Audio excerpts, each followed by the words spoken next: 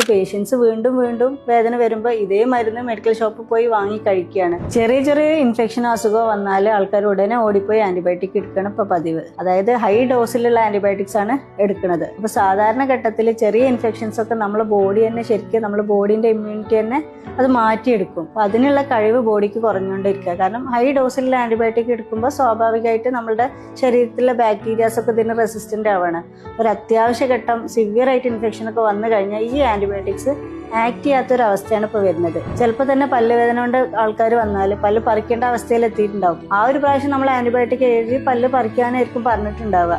പക്ഷെ പേഷ്യൻസ് വീണ്ടും വീണ്ടും വേദന വരുമ്പോൾ ഇതേ മരുന്ന് മെഡിക്കൽ ഷോപ്പിൽ പോയി വാങ്ങി കഴിക്കുകയാണ്. ഒരു മാസം തന്നെ 3-4 തവണയൊക്കെ ആന്റിബയോട്ടിക് എടുക്കുന്ന അവസ്ഥയൊക്കെയാണ്. ആൾക്കാർ വളരെ ലാഘവത്തോടെയാണ് ആന്റിബയോട്ടിക് യൂസ് ചെയ്യുന്നത്. അപ്പോൾ ആദ്യം മനസ്സിലാക്കേണ്ടത് ആന്റിബയോട്ടിക്സ് ഒരു പെയിൻ കില്ലർ അല്ല.